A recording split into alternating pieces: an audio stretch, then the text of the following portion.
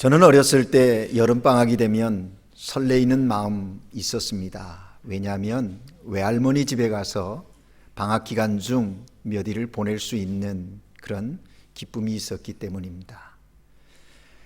외할머니 집이 시골, 특별히 산을 등지고 있는 곳이어서 외할머니 댁에 가면 할머니가 손자 왔다고 맛있는 것도 해주고 또 그 산과 집 주변 냇가에서 마음껏 잘 놀 수 있어서 너무너무 좋은 추억이 있었습니다. 그런데 가끔 물을 갈아서 그런지 배가 아플 때가 있었곤 했습니다. 그럴 때마다 할머니는 그런 저를 불러놓고 당신의 무릎 앞에 뉘어놓으면서 할머니의 손을 제 배에 얹어 비벼주셨습니다. 배를 쓸어주시는 거죠. 그런데 신기하게도 그럴 때면 언제 그러냐는 듯이 괜찮아지는 것을 경험했습니다. 너무너무 신기해서 할머니를 보고 와, 할머니 신기하다 그러면 그렇게 신기해하는 손자를 보면서 하시는 말씀이 있었습니다. 할머니 손은 약손이야. 그런데 어머니 손도 할머니를 닮았는지 약손인 것을 경험했습니다. 저희는 5남 2녀 7남매가 자랐어요. 시골에서 자랄 때 어려서는 병원이나 약국 찾아가기가 쉽지 않습니다. 어린아이들이 자랄 때는 배도 아프고 열도 있고 그러지 않습니까? 한밤중에 특히 그러면 변함없이 어머니는 저희들의 배를 쓰다듬어 주고 또 머리에 손을 얹으며 쓰다듬어 주셨습니다. 그러면서 어머니가 늘 하시는 이야기는 뭐냐면 엄마 손은 약손, 살금살금 가거라, 낫거라, 뭐 이렇게 하면서 비벼줬던 기억이 있습니다. 참 놀랍지요. 어머니가 그렇게 해주면 정말 신기하게도 배가 편안해지고 열도 내려가고 마음까지도 편안해짐을 경험했습니다. 어린 저에게는 엄마 손은 약손이었습니다. 오늘 성경 본문을 보면 예수님의 손도 약손이셨음을 볼 수가 있습니다. 왕약손이시죠. 성경에 보면 예수님 공생애의 내내 많은 병자들을 고쳐주시는 그런 사건들이 기록되어지고 있는 것을 보게 됩니다. 그 중에 오늘 특별히 본문은 한 나병 환자를 고쳐주시는 사건이에요.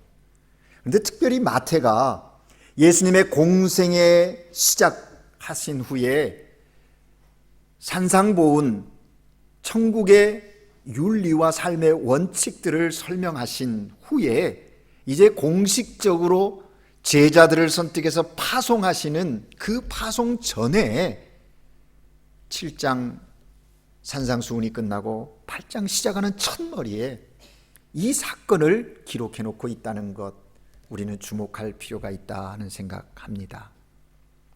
특별히 예수님의 공생애의 첫 치유의 기적으로 마태는 이 나병 환자의 치료의 사건을 기록하고 있다 하는 겁니다. 참고로 말씀드린다면 나병은 우리가 잘 알고 있는 문둥병을 이야기하는 겁니다. 한동안 늘 문둥병으로 이야기되고 좀 사람 속상하게 하고 또 힘들게 하면 저 문둥이라는 얘기들을 쓰지 않습니까? 문둥병이었어요. 그랬는데 최근에 환자들이 이 이야기를 싫어하는 겁니다. 그래서 그들의 그 병명을 바꿔 부르게 된 거예요.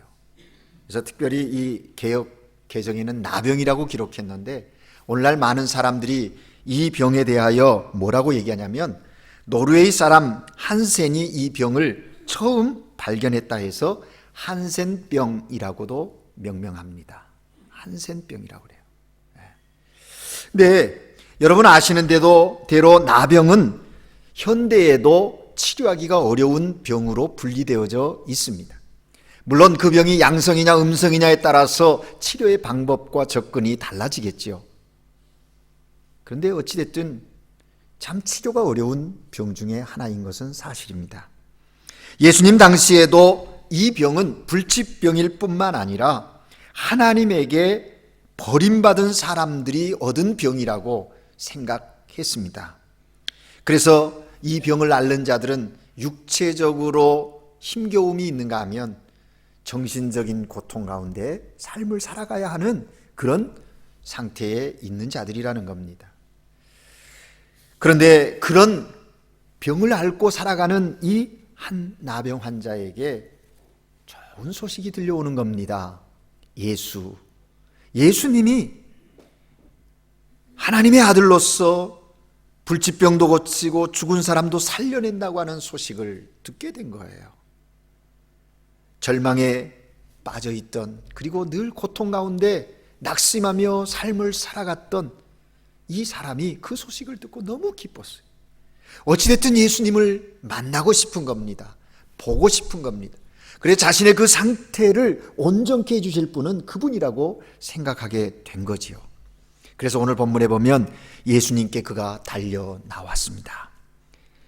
마태는 엎드려 절하며 그렇게 했어요. 엎드려 절하며 예수님께 나와 간청하는 겁니다. 그때 예수님이 어떻게 그에게 반응하십니까? 오늘 본문 3절에 보면 예수께서 손을 내밀어 그에게 대시며 이르시되 내가 원하노니 깨끗함을 받으라. 그렇게 말씀하세요. 그러니까 즉시 그의 나병이 깨끗하여졌다. 마태는 그렇게 전해주고 있습니다. 예수님이 그에게 손을 대셨습니다. 그러자 즉시 나병이 깨끗해졌다. 그 지겨운 질병으로부터 구원을 받았다. 단순히 육체적인 구원만이 아니라 그의 삶에 참된 구원의 기쁨을, 자유함의 기쁨을 맛보게 되었다라고 하는 것이 오늘 본문의 증거입니다.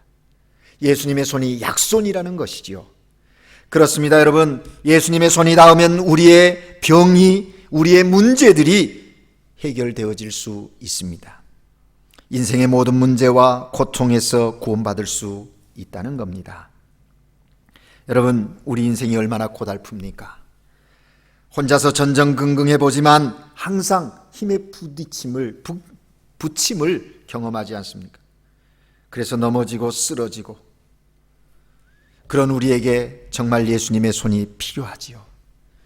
예수님의 그 약손으로 우리를 어루만져 주시면 우리는 승리할 수 있다 하는 것입니다. 오늘 하나님 앞에 예배드리는 우리 모두는 오늘 본문의 말씀을 통해서 예수님의 손길을 느끼는 그런 복된 아침이 되기를 주의 이름으로 축복합니다. 매일의 삶 속에서 일생 삶을 사는 동안 예수님의 손이 주시는 놀라운 축복을 경험하며 이 시대를 살아가는 그리스도인 되시기를 주님의 이름으로 축복합니다. 여러분, 예수님의 손은 그럼 어떤 손일까요? 예수님의 손은 위로와 기쁨을 주시는 사랑의 손입니다. 구약시대 예수님 당시에도 이스라엘 사람들에게 여러 가지 금기사항이 있었거든요. 그 중에 특별히 손을 대지 말아야 하는 금기사항이 두 가지 있습니다. 시체를 만지는 것, 나병 환자를 만지는 것이 손을 대지 말아야 할 금기사항이었다 하는 겁니다. 만약에 시체나 나병 환자를 만지면 부정하게 되는 것입니다. 이렇게 부정하게 된 자는 정해진 정결 방법으로 깨끗이 씻는 제사를 드리고 다시 하나님 앞에 나아갈 수 있게 되었다 하는 겁니다. 이런 이유 때문에 당시 사람들은 나병 환자를 마치 동물 보듯 피해 다녔습니다. 벌레 보듯 피해 다닌 거예요. 나병 환자 본인도 일반 사람들을 피해서 다녀야만 했습니다. 일반 사람들 속에 들어가서는 안 됩니다. 그건 율법의 규정을 어기는 것이 되는 거예요. 그래서 육체적인 고통, 그것도 힘들어요. 손 발가락이 떨어져 나가고 코가 뭉들어지고, 이런 육체적인 아픔의 고통이 있는가 하면 정신적으로 사랑하는 사람들과 공동체 속에 함께 생활할 수 없다고 하는 그런 아픔이, 고통이 저들에게 있었어요. 사회적인 냉대가, 멸시함이 저들에게 정신적으로 압박감으로 주어지게 되었다는 겁니다. 아예 율법에 그런 규정들이 있는 거예요. 레위기 13장 45절 46절 말씀에 보면 나병 환자는 옷을 찢고 머리를 풀며 윗입술을 가리고 외치기를 부정하다 부정하다 할 것이요 병 있는 날 동안 늘 부정할 것이라. 그가 부정한즉 혼자 살되 진영 밖으로 나갈지니라. 그렇게 율법에 규정하고 있어요. 일단 나병으로 진단이 내려지면 가정과 사회로부터 격리시켰습니다. 동네 밖으로 쫓겨나서 혼자서 살든지 혹은 나병 환자들끼리 모여서 살아갈 수 있다는 겁니다. 혹시 이동을 해야 될 경우에는 찢어진 옷을 입고 외쳐야 합니다. 웃입술을 가리고 부정하다 부정하다 부정하다. 그리고 외치면서 다녀야 했다는 것이죠. 평생 이렇게 비참하게 살다가 인생을 마감할 수밖에 없는 그런 삶이 나병 환자의 삶이었다 하는 겁니다. 오늘 본문에 나오는 나병 환자도 그런 비참한 운명의 굴레 속에 죽지 못해 삶을 살아가고 있는 겁니다. 그런데 어느 날 그에게 예수님의 소문이 들린 거예요. 그는 마음이 두근거렸습니다. 가슴이 벅찬 흥분이 있습니다. 그래, 그분이 그분을 만나면 내가, 이런 기대와 벅참 속에 참으로 그분을 뵙고자 하는 마음, 열망이 가득했다는 거죠. 아, 예수님이 정말 하나님의 아들이라고, 그러면 내가 그분을 만나기만 하면 이 하나님의 저주로부터 벗어날 수 있겠지. 그런 마음이 생겼어요. 그래서 그분을 보고 싶은 거예요. 그런데 문제가 있습니다. 막상 예수님 가까이 가려고 하니까 마음 가운데 그를 멈칫하게 하는 그것이 있는 거예요. 그게 뭡니까? 사실 나병 환자가 사람들 앞에 나오는 것은 율법으로 금하고 있고요. 더욱이 공개적인 장소에서 특정인을 만나기 위해 자신을 내어놓는다는 것은 율법에 엄하게 금하고 있는 거거든요. 율법 규정을 어기고 일반 사람들에게 접근하게 되면 일반 사람들이 돌을 들어서 그를 향하여 던지기에 죽을 수도 있는 그런 상황이에요. 예수님이야 그렇지 않으시겠지만 다른 사람들이 모여있는 그 예수님 주변, 거기를 나간다고 하는 것이 그렇게 쉽지는 않았을 거예요. 그런데 그럼에도 불구하고 다른 방법이 없기에, 놓칠 수 없는 기회였기에 이 나병 환자는 용기를 내어서 주님께 나아갑니다. 이래서 죽나 저래서 죽나 어쨌든 예수님 만나보고 예수님을 만나봐야 되겠다라는 그런 용기가 그에게 있었던 거죠. 그래서 나아간 거예요. 여러분, 사실 이 본문 마태는 한 나병 환자가 예수께 나왔다 이렇게 단순하게 해놓지만 거기까지의 그 내용에 담겨 있는 그런 그 행동들과 심적인 그런 상황들을 생각하고 보면요, 이건 대단한 용기가 있었다라는 겁니다. 그가 나와서 외칩니다. 주여 원하시면 저를 깨끗하게 하실 수 있나이다. 오늘 이 마태는 단순히 한 나병 환자가 나와서 절하며 이렇게 했는데요, 병행 본문인 마가복음에 보면, 마가복음 1장 40절 이후에 보면 그가 꿇어 엎드려 이르되 그랬어요. 그러니까 절하며나 꿇어 엎드려나 예수 그리스도를 존경하고 인정하는 그 마음이 그 속에 있음을 표현하는 내용이라는 거죠. 그리고 특별히 오늘 본문에 주여 원하시면 저를 이라고 이야기하는 그 간청함에도 이 나병 환자의 마음의 자세를 우리는 읽을 수 있습니다. 주여 원하시면 저를, 내가 원하면 저를, 내가 원합니다 저를 이렇게 얘기하지 않았어요. 많은 사람들이 아프면 주님 당신은 능력 있는 분이죠, 내가 원합니다, 나를 치료해달라고 요청하는 것이 일상적이지 않겠습니까? 그런데 오늘 이 나병 환자는 주여 원하시면 이라고 하면서 주님만 원하시면 나병도 고칠 수 있습니다. 이 치유하심의 주권이 당신에게 있습니다. 예수 그리스도 당신에게 있습니다 하는 그 인정하며 나아가는 그런 태도임을 우리가 확인할 수 있다는 겁니다. 예수님이 그에게 어떻게 반응을 보시는가 궁금한 거예요. 그죠? 그런데 놀라운 일이 일어나지 않습니까? 그러한 요청을 하는 그 믿음의 고백을 들은 예수님께서 그 나병 환자에게 어떻게 반응을 보이십니까? 그의 몸에 손을 대신 겁니다. 오늘 본문 말씀에 보면 예수께서 손을 내밀어 구체적으로 그에게 손을 내미신 거예요. 마가복음 1장 41절에는 예수께서 불쌍히 여기사 그에게 손을 내미셨다, 이렇게 더 구체적으로 설명을 하고 있습니다. 여기 불쌍히 여겼다라는 말은 긍휼히 여겼다는 말이거든요. 꼼파시온, 꼼 함께, 파시온 고통, 그 고통을 함께 하면서 단순히 손을 내미는 것이 아닙니다. 그의 지금까지 살아온 삶의 여정 속에 느끼고 아파하고 그 힘겨워했던 그 고통을 함께 하면서 이해하시면서 그를 향하여 주께서 손을 내미셨다는 겁니다. 사실 이 행동은요, 그 당시 율법의 규정에 의하면 엄청난 파격입니다. 나병 환자가 무리 가운데 계신 예수님 앞에 나온 것도 굉장한 용기와 파격적인 사건이었다고 하면 예수님께서 이 나병 환자를 향하여 손을 내미셨다, 만지셨다, 이것도 엄청난 파격이다 하는 것입니다.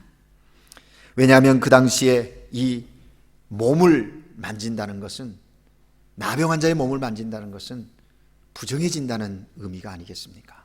그런데 예수님은 그에게 불쌍히 여기시면서 손을 내미셨다는 거예요.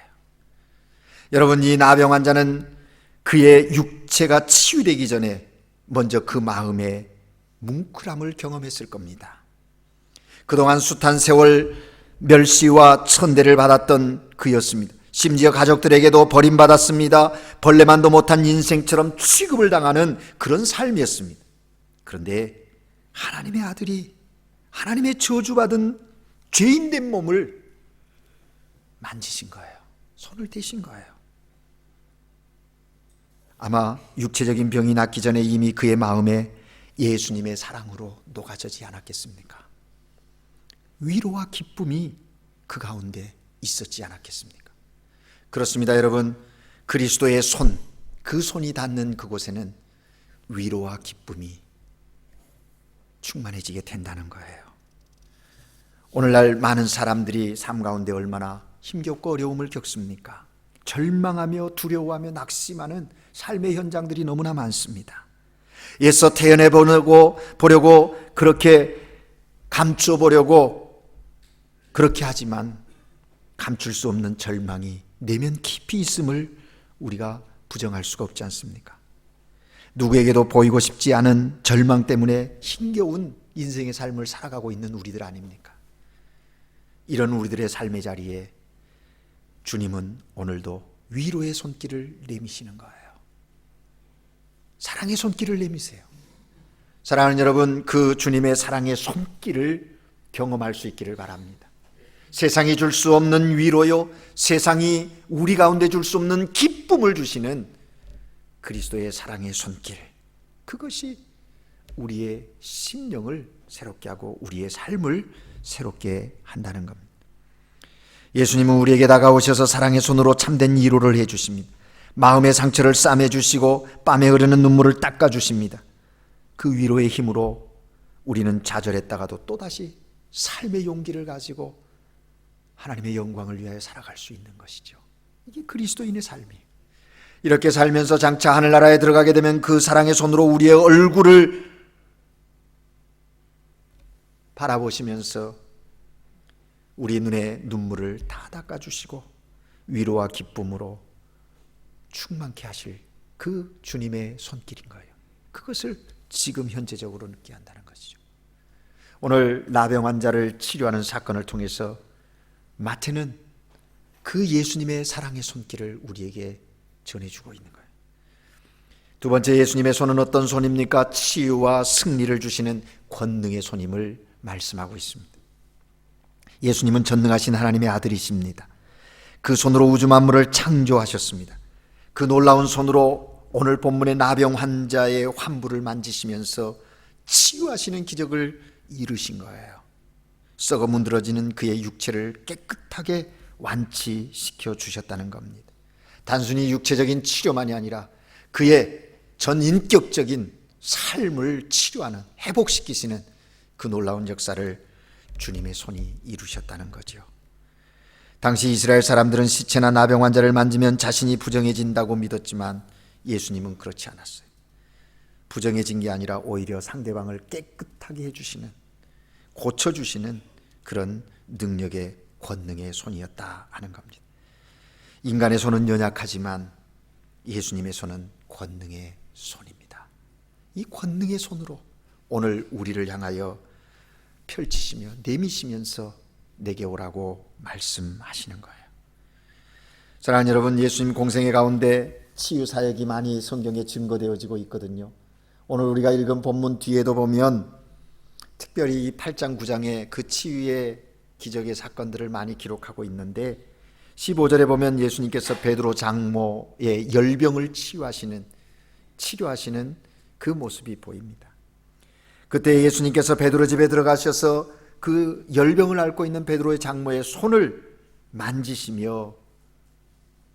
만지신다고 표현하거든요. 그런데 열병이 떠나갔다는 거예요. 주님의 손이 터치하는 그 순간 그 질병이 나음을 입었다는 거예요. 심지어는 예수님의 손은 죽은 자도 살려내는 능력의 손이심을 성경은 증거하고 있습니다. 마가복음 5장에도 보면 회당장이 야이로의 딸 병에 걸려 죽었는데 다시 살리시는 사건이 기록되어져 있어요. 거기에도 보면 그 아이의 손을 잡고 이르시되, 예수님이 손을 내밀어 그 아이의 손을 잡고 이르시는 거예요. 달리다 쿰, 소녀야 일어나라 하시면서 그 죽은 자를 살리시는 그런 주님의 그 권능의 손을 증거하고 있다는 겁니다. 그 주님께서 그 권능의 손길을 내미시면서 오늘 우리를 향하여 말씀하시는 거예요. 그리고 치유하시는 거예요. 사랑하는 여러분, 오늘날도 얼마나 많은 병원들이 있습니까? 얼마나 의학이 발달했습니까? 그런데요, 그럼에도 불구하고 여전히 치료하지 못하는 병들이 있지 않습니까? 그런 면에서 본다면 엄밀히 의학이라고 하는 것은 병을 고치는 것이 아니라 치료 행위를 할 뿐인 거예요. 치유는 하나님이 하시는 겁니다. 예를 들어서 수술을 한다, 수술을 받았다, 의사가 칼로 째고 꿰매어 놓을 뿐이지요. 그것이 아물고 치유되는 것은 하나님이 하시는 겁니다. 그래서 겸손한 크리스천 의사들은요, 이렇게 얘기하는 거예요. 의사인 나는 치료를 하고 하나님은 치유해 주신다고. 그런 겸손함의 고백을 하는 거예요. 그렇습니다, 여러분.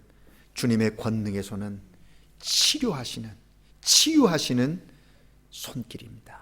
회복시키시는 권능의 손인 거예요. 우리가 험한 인생길을 살아갈 때 우리에게 얼마나 많은 고난이 있습니까? 그때마다 우리를 붙잡아 주시는 주님의 권능의 손길이 있어요. 성경은 우리에게 끊임없이 말씀하세요. 그 권능의 손으로 내가 너를 붙들겠다고요. 이사야 41장 10절 말씀에 보면 두려워 말라, 내가 너와 함께함이라, 놀라지 말라, 내가 내 하나님이 됨이라. 내가 너를 굳세게 하리라. 참으로 너를 도와주리라. 참으로 나의 의로운 오른손으로 너를 붙들리라. 참으로 나의 의로운 오른손으로 너를 붙들리라. 여기 오른쪽은 공간적 방향을 나타내는 것이 아니라 권능을 상징하는 거예요. 하나님의 권능의 오른손, 그것이 우리의 인생을 붙들겠다는 거예요. 주님의 권능으로 우리와 함께 하시겠다는 거예요. 그러니 우리는 담대할 수 있는 것 아니겠습니까? 그렇습니다. 우리에게 가장 큰 권능의 손은 예수님의 손입니다. 예수님의 손과 인간의 손은 전혀 달라요. 인간의 손은 만지면 오히려 망가뜨리는 경우가 많아요. 문제를 일으키는 경우가 많아요. 그런데 예수님의 손은 그렇지 않아요. 예수님이 만져주시면 치유되어지고 회복되어지고 온전케 되어지는 역사가 나타나는 거예요. 여러분의 인생의 삶에 그리스도의 손, 이 권능의 손길의 터치가 늘 있기를 주의 이름으로 축복합니다. 예수님의 손은 어떤 손입니까? 제사함과 자유함을 베푸시는 속죄의 손이라고 오늘 본문은 우리에게 말합니다. 예수님은 이 세상의 십자가 대속을 위해서 오신 분이지요. 그 속죄의 손으로 연약한 인생들을 어루만져 죄를 사해 주셨습니다. 영혼의 자유함을 주신 거예요. 예수님이 나병 환자에게 손을 대시고 고쳐 주신 후에 오늘 본문에 보면 뭐라고 말하고 있습니까? 4절에 보면 예수께서 이르시되 삼가 아무에게도 이르지 말고 다만 가서 제사장에게 내 몸을 보이고 모세가 명한 예물을 드려 그들에게 입증하라 말씀하셨어요. 아무에게도 말하지 말라. 왜 예수님께서 아무에게도 말하지 말라고 하셨는가? 세상 사람들은 뭔가 하나 이루어놓으면 떠벌리고 이야기하고 싶어 하지요. 그렇게 이야기하다 보면 본질은 온데간데 없고 다른 비본질적인 것들을 자랑하게 되고 드러내게 되는 거예요. 그런데 예수님께서는 아무에게도 말하지 말라. 왜? 사람들이 예수님을 육체의 질병이나 고치는 분으로 오해할까 봐서. 예수님이 이 땅에 오신 것은 영혼을 구원하고 저들 가운데 하나님의 나라가 임하기를, 하나님의 통치가 이루어지기를 원하시고 그 일을 위해서 오셨는데 그 본질적 구원의 사역, 구속의 사역이 흐려지고 주변의 일, 차선의 일들이 우선이 될까 두려워서 그런 부분에서 염려하셔서 그렇게 말씀하셨다는 거죠.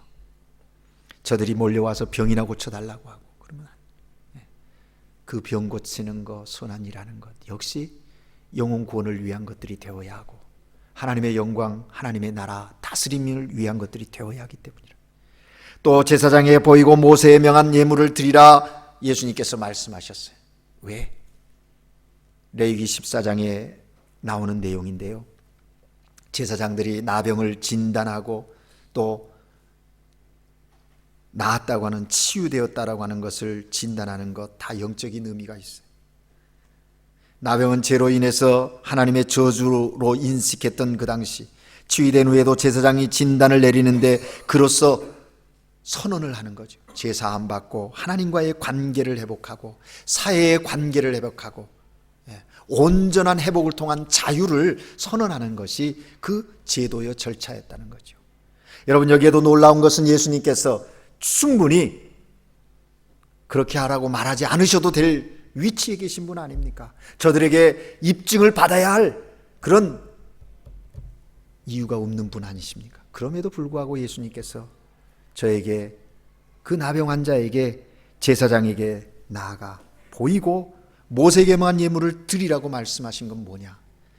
예수님께서는 하나님께서 세우신 그 제도와 질서를 무시하지 않으셨어요. 그 제도와 질서를 무시하지 않으신 거예요. 당연히 마태복음 5장에 보면 구약의 율법들을 새롭게 해석하면서 새로운 천국의 윤리들을 말씀하시고 공포하신 예수님께서 그 율법의 제도와 질서를 무시하지 않는 겸손함을 우리가 여기서 볼 수 있는 거죠. 오늘날 우리들은 무언가 행한다고 하면 하나님이 허락하신 그러한 제도와 질서들을 무너뜨리려고 하고 그걸 어기고 새로운 뭔가를 만들어내 보겠다고 교만을 떠는 일들이 얼마나 많이 자행되고 있습니까? 우리는 여기 오늘 예수님께서 그 나병 환자에게 이야기하면서 그런 제도와 절차를 거쳐서 참된 자유의 선포와, 그래서 하나님의 성전을 마음껏 출입하고 또 공동체 가운데 다시금 회복의 은총을 덧입게 하는 그런 귀한 선언을, 자유의 선언을 이루게 하셨다 하는 겁니다. 이것입니다, 여러분. 예수님의 손길은 바로 속죄의 손길. 이 대표적인 예가 누가복음 15장에 증거되고 있지 않습니까? 두 아들이 있는데 둘째 아들이 아버지 품을 떠나서 자기 욕망과 쾌락을 쫓아 삶을 살지 않습니까? 어느 한순간에 깨닫는 거지요. 그래서 아버지 집으로 다시 돌아오려고 해요. 그 누가복음 15장 20절 말씀, 이에 일어나 아버지께로 돌아가니 아직도 거리가 먼데 아버지가 그를 보고 측은히 여겨 달려가 목을 안고 입을 맞추니 그 회개하고 돌아온 아들을 맞이하는 아버지의 이 모습이 너무나 감동적이에요. 탕자를 얼싸안고 손으로 어루만지면서 그를 그냥 끌어안지 않습니까? 다 용서한다는 것이죠. 아버지는 아들을 데리고 집에 들어가서 제일 좋은 옷을 입히고 가락지를 끼우고 신발을 신긴, 그리고 살찐 송아지를 잡아서 잔치를 배설합니다. 그 아들이 아버지 집에 돌아왔을 때 참된 자유를 누리는 거예요. 참된 자유를 경험하게 되는 거예요. 그렇습니다, 여러분. 이처럼 예수님의 손이 닿으면 참된 자유가 있습니다. 우리의 영혼도 육체도 구원받습니다. 우리의 삶의 모든 문제도 해결되어집니다. 저와 여러분의 삶에 언제나 주님의 손, 내미시는 그 주님의 손길, 그 만져주심의 은혜가 충만하기를 주의 이름으로 축복합니다. 그러면 어떻게 예수님의 손을 느낄 수 있을까요? 오늘 본문 2절 말씀, 예수께 나와 절하며, 예수께 나와 꿇어 엎드려 주님께 나아가야 합니다. 나아가야 해요. 주님께 더 가까이 나아가야 돼요. 그 나아감을 통해서 오늘 여기 말씀하시는 예수 그리스도의 손길을 느끼는 삶을 살아갈 수 있다 하는 것입니다. 오늘 하나님께 예배드리는 우리 모두도 나병 환자처럼 주님의 사랑의 손길, 권능의 손길, 속죄의 손길을 통하여서 치유되고 회복되어지고 온전케 되는 승리의 삶 살아가시기를 주의 이름으로 축복합니다. 기도하겠습니다. 하나님 아버지, 오늘도 주의 은혜 가운데 삶을 사는 저희들, 믿음의 선한 역사를 이루기 위하여 사랑의 수고를 행하는 우리의 삶의 자리에 우리의 힘과 능력, 우리의 경험, 지식으로만 하지 않게 하시고 예수 그리스도의 손길, 내미신 그 손길의 능력으로 귀한 역사 이루어 가게 하옵소서. 주님의 사랑의 손길, 권능의 손길, 속죄의 손길을 경험하며 참된 위로와 기쁨, 회복과 치유와 자유의 그 감격이 우리들의 삶 가운데 넘쳐나게 하시사 하나님의 영광이 저희들을 통하여 선포되어지는 거룩한 은혜가 있게 하옵소서. 우리 주 예수 그리스도 이름으로 기도합니다. 아멘.